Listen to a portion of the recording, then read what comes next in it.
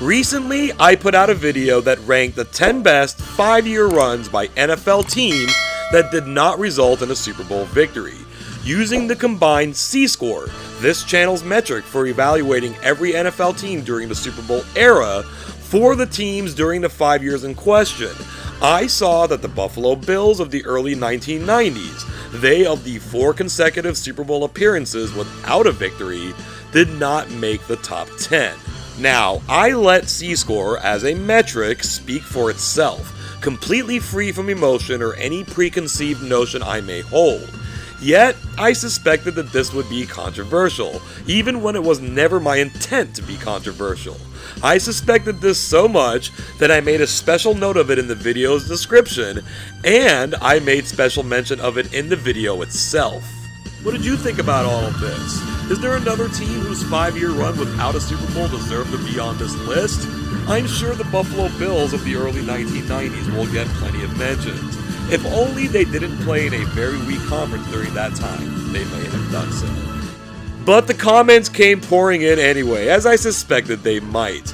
This is but a sampling of all the support for the Bills of this era, and I must mention I love all the comments. As a content creator, there isn't much that gives me more joy than engagement with my content. I would never expect anyone to agree with me or anyone else all of the time, so I'm never bothered by the disagreements. It's this engagement, though, that has compelled me to make the deeper case, not only for why the late 80s, early 90s Buffalo Bills did not make that top 10 list, but also why those Buffalo Bills teams are a bit overrated and are not as good as the modern Buffalo Bills, despite all those Super Bowl appearances. Thank you so much for joining us today. We're looking forward to a fun video, and if you haven't already clicked away, then we're ready to get into this. It was, in fact, the 1988 through 1992 Buffalo Bills that had a higher score than the 89-93 version, leaving behind the last of their 4 consecutive Super Bowl appearances. Those 5 seasons combined for a very strong 86.871, which ranks 16th overall. Because our ranking system does not allow for crossover seasons, the 89-93 collection is not eligible to be ranked. But for argument's sake, let's pretend that the 89-93 teams had the higher score, because that encompasses both the majority of the disagreements and all 4 of their Super Bowl appearances. They brought together a total C-score of 85.142, getting them within 2 points, and lowering their ranking by only 1 spot to 17th. This is a result of the 1988 Bills pulling a C-score of 16.7, whereas the 1993 team has a 14.971 score. The difference here, as we said, is under 2 points, 1.729 to be exact. Take a look at that strength of schedule number between the 2 teams though, as it will play a big part in our story going forward. Now, the big elephant in the room would appear to be C-score and its overall application. As is usually the case, we do have a deeper explanation of C-score in the description of the video, but we will get to that again by the end of the video. But until then, let's tackle the Buffalo Bills. I'd like you to ponder the following question. Between 2000 and 2009, who was the best team in college football? USC would probably have a claim. So too would Texas, Oklahoma, Miami, LSU, Florida, Auburn, Alabama, Ohio State. Well, if we go by the standings, then it's Boise State. Even if we give USC its 14 vacated wins back, Boise is still on top. Does that sound right to anybody? Did they win a national championship during this time? Did they even play for one? Now, this was the BCS era, and delving into those questions is an entirely different controversy. But I think it's safe to say that Boise's competition did not line up with the competition faced by a majority of the schools on this list. The same can be said for TCU, sitting here above every single SEC team other than Florida. Even Texas and Oklahoma's places here can be questioned, given that they lorded over their conference as by far its most superior teams. Same for Ohio State. The biggest case here can probably be made for Florida, 6th in these standings, with 4 more SEC teams in the top 25, one of which is not Alabama. Who you play and how you play against them matters. For another example of that, let's turn to the world of poker, specifically No Limit Texas Hold'em, rather inarguably the most popular and ubiquitous form of poker that there is. If you're not entirely into poker or simply don't understand it, try and bear with me here if you can, but if not, skip to this point in the video to get back to the football. The biggest poker tournament in the world is the World Series of Poker, held every year since 1970 in Las Vegas, Nevada. For anyone who has ever watched this tournament, or any other really, can it ever be said with certainty that the best player won, or even the player that played best? Forget the entire tournament, which can comprise of thousands of people. Even when it gets down to 10, 5, or 2 players, can that statement ever be made with certainty? I do understand poker isn't the best analogy here because of the sheer amount of luck involved, but it's not a game that's completely devoid of skill, whereas football is a game of skill that is not completely devoid of luck. So let's do a pretend WSOP tournament. We've got these 2 players. We have player A on the right and player B on the left. Here we have a scenario where both players have gotten all their chips into the middle of the pot before the flop. Player A has done nothing wrong here. Pocket Kings is a very powerful hand. Unfortunately for him, he is up against player B, who has pocket aces. We see an 82.36% win percentage for player B. After we've gotten the flop and the turn onto the board, we see that it's offered no help to player A, and he's now down to 4.55% to win this hand. Then lightning strikes on the river and the king hits. It's a winning hand. Player A has eliminated player B. Nobody really played better than the other. Both players made excellent decisions, but player A found a way to win despite not being favored. Player A moves on in the tournament where he's now playing against player C. He's up against pocket aces once again, but this time doesn't have nearly as good a hand, and he's put all his chips into the middle with a 10-9 of hearts. Now while this hand is not as good as kings, it actually gives him a better chance against the aces. 22.61% to be exact, but a poor decision was made to risk all of his chips on this hand. We see the flop come out, and now all of a sudden it's different. Player A has not only paired his 10s, which is not yet good enough to beat the aces, but he's also picked up 2 hearts. So with all these opportunities to improve his hand, this is basically a coin flip with the aces ever so slightly favored. After the next 2 cards come down, not only is it the heart that hits, but it's the ace of hearts. So player C has made 3 of a kind, but player A has made his flush. Player A wins the hand despite not playing as well or having as good a hand. As we now move deeper into the tournament, player A has lost his sensibilities and is once again going up against pocket aces, but this time with a terrible hand, an ace himself and a 6. We get a flop and we see that 3 clubs have hit the board. So player A not only has a stranglehold with the aces, but an additional club will give him the flush. Player A is now sitting at 0.1% to win this hand.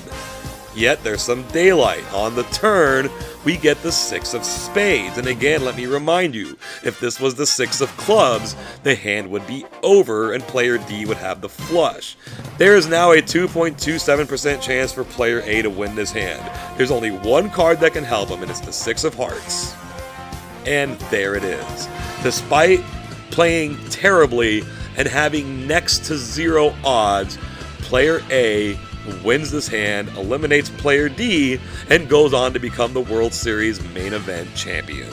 Now, we've got to say this for the record. This is very much an apples and oranges situation, maybe even apples and motorcycles. But there's one thing that cannot be denied.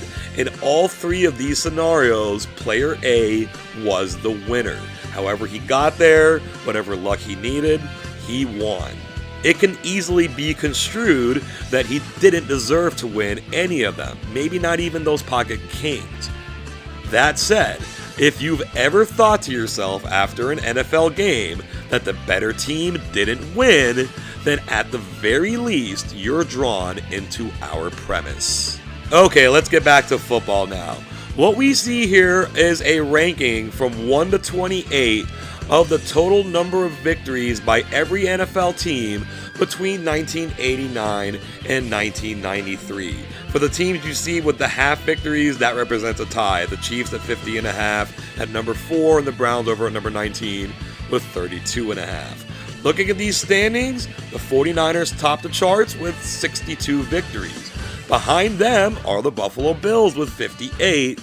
Then it drops down to 51 for the Oilers and goes down from there. Based on this, seems pretty cut and dry. The best football team during this era were the 49ers, with the Bills a pretty close second and everyone else trailing behind. This isn't the whole story though. What was it that we said earlier? Who you play and how you play against them matters. We need to look at who these teams played. And to do that, we're going to look at strength of schedule as it's offered to us by ProFootballReference.com. It's a very simple system. If you have a strength of schedule of 0 in a given season, that is league average. Anything that's a positive number is a more difficult than average schedule. Anything in a negative number is an easier than average schedule. Again, very simple. We took the strength of schedule number for each of these teams in each season and added them up, and this is what we got. In this era, by far the hardest schedule belonged to the Phoenix Cardinals, as they were known then, with a total combined SOS of 8.3. It drops down to 6.3 in second place, going on and on. Now, there were 28 teams in the NFL during this era, but you may notice this ranking only goes to 27, and it's got 4 empty spaces. These spaces belong to the teams of the AFC East, the division in which the Buffalo Bills played. Coming in at number 22 in these rankings are the Indianapolis Colts, who at the time, because of their days in Baltimore, played in the East. They're tied with the 49ers at 22nd with a minus 3.2. Coming in at 25th are the New England Patriots, minus 3.9. We're used to seeing this about the Patriots all throughout the last 20-some years. At 26th, we see a big drop-off of 3.1 points to the New York Jets with a 7.0, a negative 7.0. Behind them, another pretty decent-sized drop-off are the Miami Dolphins at a minus 9.2. Missing from this list is the 28th ranked team, and this is yet another big drop-off. The Buffalo Bills during this era had a combined strength of schedule of minus 10.8. Minus 10.8. Let's again look at the top of these standings. 8.3 led the way. One might imagine that the last place team on this list would be around the opposite of that, a minus 8.3. The Bills did that and added another 2.5 to it. They played by far the easiest schedule over this 5-year period. Again, it wasn't even close. Now we're going to do something completely unscientific here. We're going to take every one of these teams' win total and combine them with their strength of schedule number to come up with one final number of quality. I admit I have no proof of any correlation between these numbers, but I do think it's indicative, at least in a cursory manner. The 49ers remain on top with the Eagles and Giants trailing behind. But as we can see, the Bills tumbled down to 9th, even falling behind 3 different AFC teams. They got a lot of wins, just like Boise State did, but the quality of those wins just don't add up. I do feel the need to mention the Detroit Lions here because this is a crazy anomaly. They went exactly 40-40 during these 5 seasons, and their combined strength of schedule was exactly 0. That is the absolute epitome of average. The Bills are above average, but nowhere near the top of the heap anymore. Of course, this was during the time where the NFC was dominant over the AFC, in the midst of what would become 14 consecutive victories in the Super Bowl, most of them in blowout fashion. Before the AFC was sending Buffalo to the big game every season, they had sent the Denver Broncos 3 out of 4 seasons, where they proceeded to get their brains kicked in on a regular basis. We see this reflected in the average strength of schedule for teams in each conference, with AFC teams checking in at negative 1.7 and change, and the NFC checking in at positive 1.7 and change. Broken down by division, it's clear that the AFC East was the NFL's Sun Belt Conference during this time, well below everybody else, while only the West gives the AFC any kind of heft. Now that we've covered the macro, let's cover the micro and take these Bills teams individually, season by season, starting with 1989. Before we get all the way in, we want to stress that we are not trying to argue that the Bills during this time were not good football teams. They certainly were, and that 5-year run of theirs was strong, but not top 10 strong. Here's why. These Bills went 9-7, outscoring their opponents by 92 points per game. 3rd in scoring, 14th in points allowed, 27th out of 28, second easiest schedule in the entire league. Their C-score was 10.219. Now this was the Bills team. 1990 Buffalo, no question about it, a great team. One of the best teams in NFL history to lose the Super Bowl. They went 13-3, they outscored their opponents by more than 10 points per game at plus 165. Yes, they had the league's easiest schedule, but their performance overcame that. Leading the league in scoring, their defense was 6th best in points allowed. That C-score is incredible, 32.122. In 1991, the record stayed the same, but the performance level did not. They still outscored their opponents by a solid margin of 140 points. Second in the league in scoring is excellent, but they were 10th from the bottom, 19th out of 28 in points allowed. Now, the 90 Bills had the easiest schedule in the league, so too did the 91 Bills, but the difference is still stark. That 90s Bills team was a lot closer to the pack. This 91 Bills team was far and away the league's easiest schedule, and that all accumulated to a 14.622 in C-score.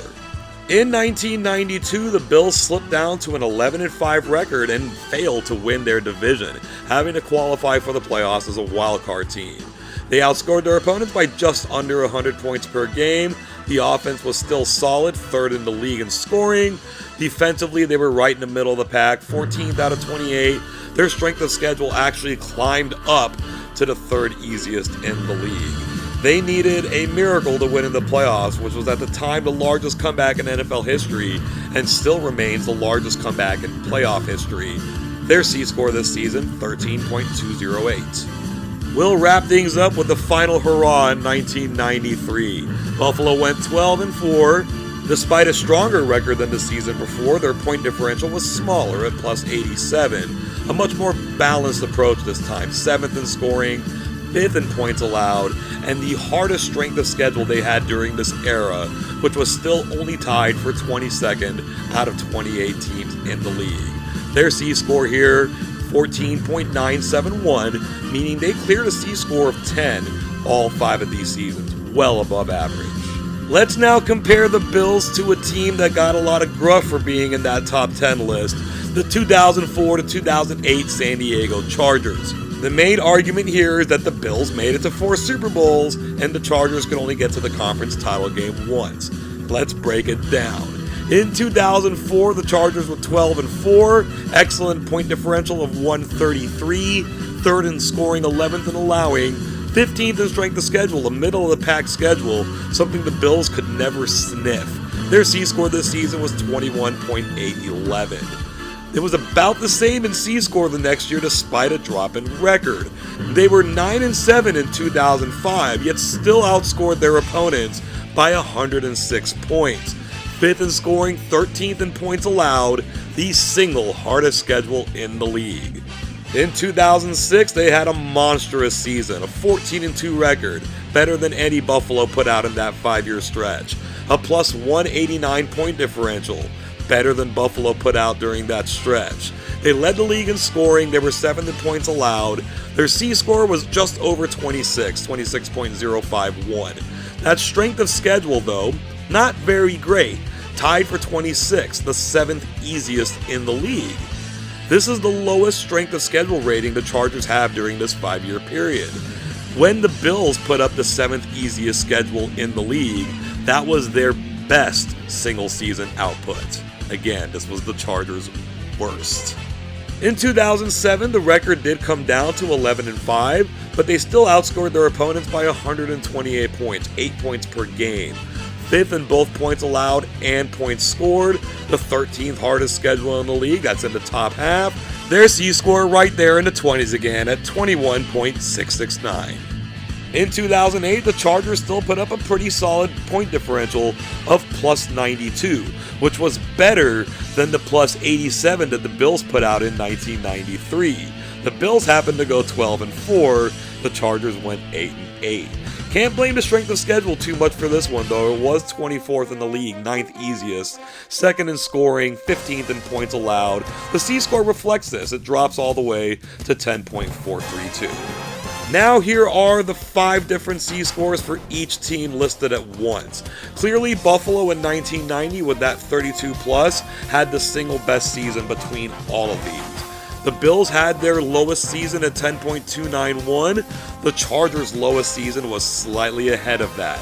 It's the ones in the middle that take care of it though, but the Chargers consistently put out scores of 21 and change. Buffalo was in the 13 and 14 range. Add all this up, the Bills come in at 85.142. The Chargers get out over 100, 101.586. Buffalo went to the Super Bowl 4 times, San Diego never could, yet this wasn't even close. It's like trying to say that the champion of the Sun Belt for 4 straight years is better than the team that finished 3rd in the SEC in 4 straight years. That is not an argument that anybody would ever buy. Let's now compare the Bills from 1989 to 1993 with their current incarnation 30 years later from 2019 to 2023. In 2019, the Bills were starting to break through. They were 10-6, a positive 55-point differential. The offense wasn't there yet, 23rd in the league in scoring. The defense was strong, 2nd best in points allowed, the 4th easiest schedule in the league. Z-score reflects all of this. They couldn't quite hit 6 points at 5.913. This, however, is the season that brings them down.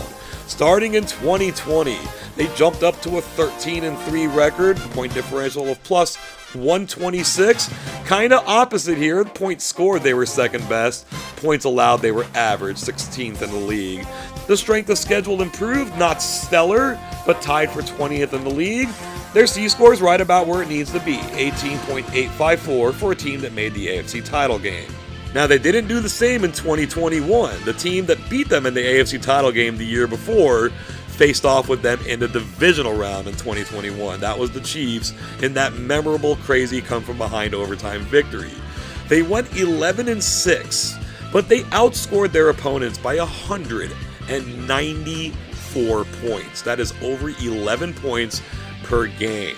Now they had the balance, 3rd in scoring, 1st in points allowed. They did have the 2nd easiest schedule in the league, but much like the case with the 1990 Bills, they overcame that with their play, and that C-score is 28.086. They didn't let up in 2022, going 13-3, outscoring their opponents by 169 points, once again by more than 10 points per game. 2nd in scoring, 2nd in points allowed, this time against a much more difficult schedule. Tied for 11th best in the league. Unfortunately for them, they did have a bad game in the playoffs at home against the Bengals, and their C-score sputtered out at 26.277. And this past season, they went 11-6. They outscored their opponents by 169 points, 1 single point away from 10 points per game. Once again, single-digit numbers here, 6th in points, 4th in points allowed. The strength of schedule did drop, tied for 5th easiest in the league. C-score reflects this at 18.274. Let's do another side-by-side comparison like we did with the Chargers. Once again, the high score here belongs to the 1990 Bills. This is basically a Super Bowl championship winning team that's only missing its trophy. The low score belongs to the 2019 Bills, but once they found their footing, everything they did between 20 and 23 dwarfs what the Bills of 89 and 91 through 93 did, and in turn, their total C-score checks in at 97.404 against that same 85.142, more than 12 points higher. And keep this in mind, if the Bills perform at even their base level in 2024, as they have the previous 4 seasons, and they once again do not win the Super Bowl, the 2019 season will be replaced, and this score will be well into the triple digits. But let's dive just a little deeper. Starting with the regular season, both entries come in at 58 wins, with the modern Bills adding a couple of extra losses, essentially a wash. But in one-score games, the 90s version goes 21-9 against a 21-20. But in multiple possession games, this isn't even close. 37-13, which is excellent, good for a win percentage of 74. But 37-4 is preposterous. These Bills won more than 90% of their games decided by multiple possessions, averaging fewer than 1 per season. All of this against a tougher schedule as well, even if it wasn't overwhelmingly tougher. Now for the playoffs. It just so worked out that over these 5 years, both sets of Bills teams played 10 conference playoff games, and we've got those opponents listed right here. But let's now replace these opponent names with their C-scores to further demonstrate the difference in conference strength. The Bills' toughest AFC opponent 30 years ago were the Los Angeles Raiders in 1990. The modern Bills faced 5 separate opponents with a higher C-score than the 90 Raiders. Now you may notice the asterisks by 3 of these C-scores. We'll get into that in just a moment. The average C-scores of playoff opponents looks like this. The older Bills check in at 10.867, while the modern Bills check in at 12.422. That's a higher number for sure, but not substantially higher. But now about those asterisks. Those all represent 7th seeded teams, which did not exist in the late 80s and early 90s. Take those teams out of the picture, and the modern Bills jump up to an average of 15.963, more than 5 points higher and an increase of 46.9%. It bears repeating. Who you play and how you play against them matters. All of this is to say that if these Bills teams from the early 90s swapped places with the mid-aughts Chargers or the modern-day Bills, then they could be expected to perform fairly well, but maybe not quite as good as the teams they replaced. The same is true in the other direction. Transport the mid-aughts Chargers or the current-day Bills into the AFC East of 1989 through 1993, and it could be expected that they, at a minimum, perform as well as those Bills teams did, but likely even better. It cannot be overstated just how important context is. And now we've got to address Buffalo's Super Bowl performances. We'll get through this rather quickly. Super Bowl 25 against the Giants is absolutely the one that got away.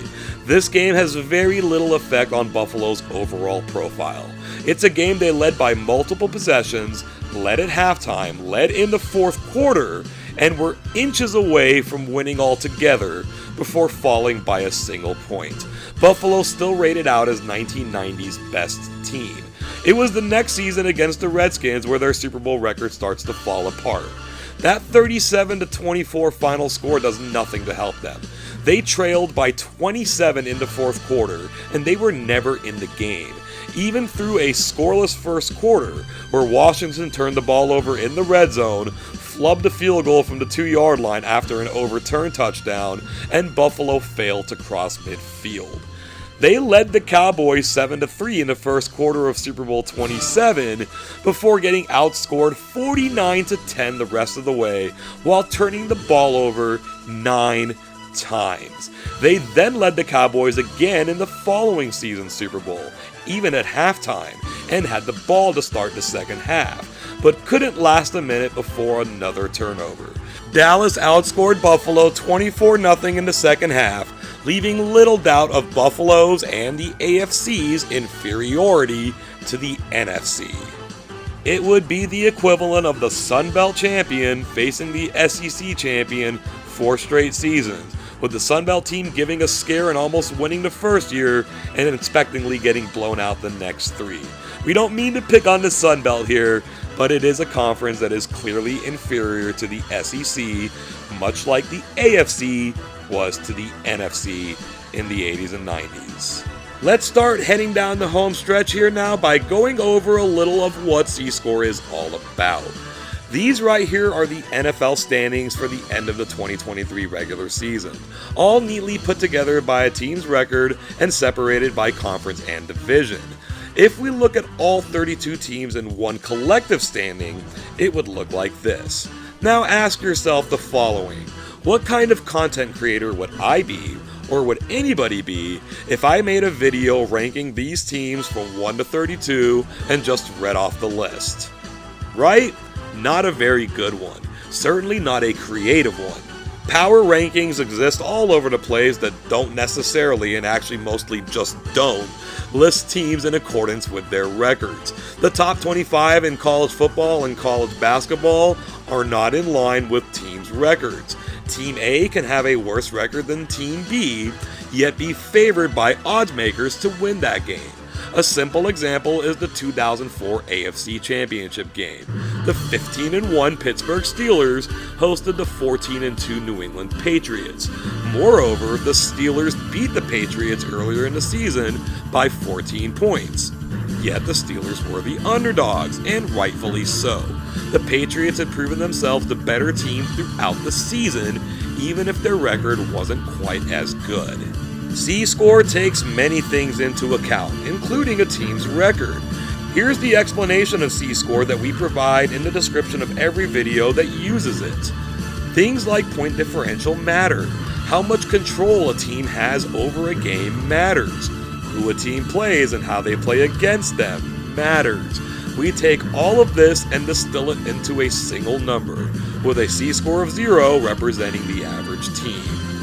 Back to the 2023 standings. The Los Angeles Chargers are right here at 5-12. They were the only 5-12 team in the league this past season, so they would appear to occupy their own space, worse than all of the teams above them and better than all of the teams below them. But records are not created in a vacuum, and these results can't truly show you everything. We saw that somewhat with the Texas Hold'em analogy. Here are the relevant numbers on the Chargers in 2023. They were a 5-12 football team. They were outscored by 52 points, 21st in scoring, 24th in points allowed, the 9th hardest schedule in the league. This does add up to a below average football team. Their C-score is -7.491, but they're better than their record indicates. We can start doing that by comparing them to a team like the Denver Broncos, who appear here in the standings, convincingly higher than the Chargers.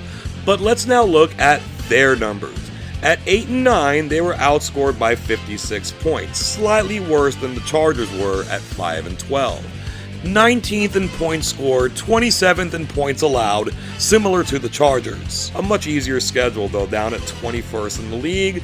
Their C-score is -8.946, about a point and a half lower than the Chargers, despite having 3 extra wins. We've just shown you how that can happen. Many may argue that Denver was specifically hurt by that massive blowout against the Miami Dolphins, and yeah, they were. That was part of their season, and losing by 50 points in a single game is never, ever good. But by the numbers, the Chargers were better than the Broncos despite 3 fewer victories.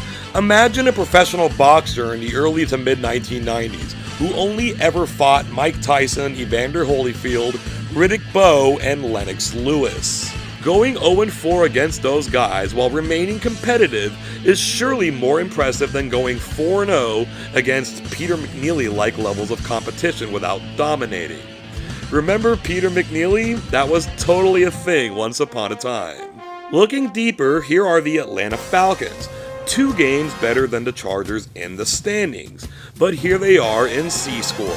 A 7-10 record, their point differential was identical to the Chargers at -52, 26th in points scored, 18 in points allowed, but this was against the league's third easiest schedule.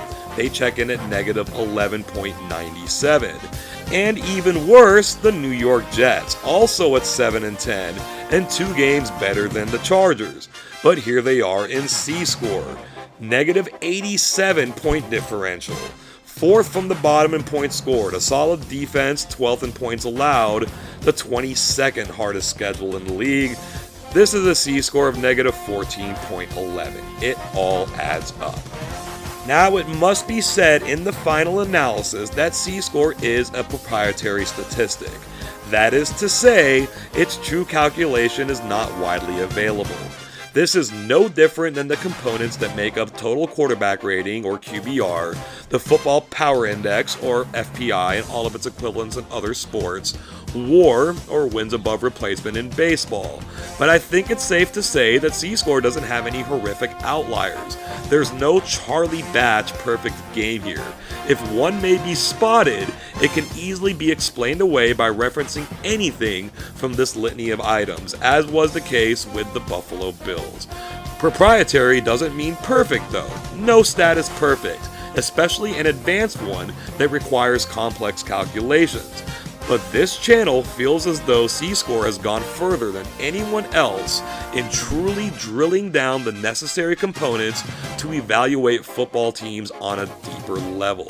It may appear that we're lacking a certain amount of modesty or humility by putting C-score up against these widely known and more accepted stats, but the only way for us to lift it up alongside these stats is to state and then prove that we belong. Yet in the end, it's results that matter. Nobody wants to win the highest C-score of the season trophy. They want to win the Lombardi trophy. Hell, I created C-score and I'd rather win the Lombardi. But it cannot be denied that the best team doesn't always finish first, and the team that finishes first isn't always the best team. If we can accept that premise all on its own, then C-score has its place in the football zeitgeist. Thank you so much for watching. This was certainly a more analytical video than usual, but it did feel necessary. Hey, you got this far? Give the video a like and some shares, and subscribe to the channel if you haven't done so already, and ding that bell for future notifications. So what do you think? Were you already on board with all of this? Did you need convincing? Did I happen to convince you? Or are the 4 straight Super Bowl appearances, despite the circumstances and context surrounding them, simply too much for you to overcome? You've never been shy to share your opinion on this or any other matter, and I look forward to hearing anything else you're willing to share. You're an awesome audience, and I'm one lucky dude. Thank you again so very much, and until next time, I hope you have an awesome day.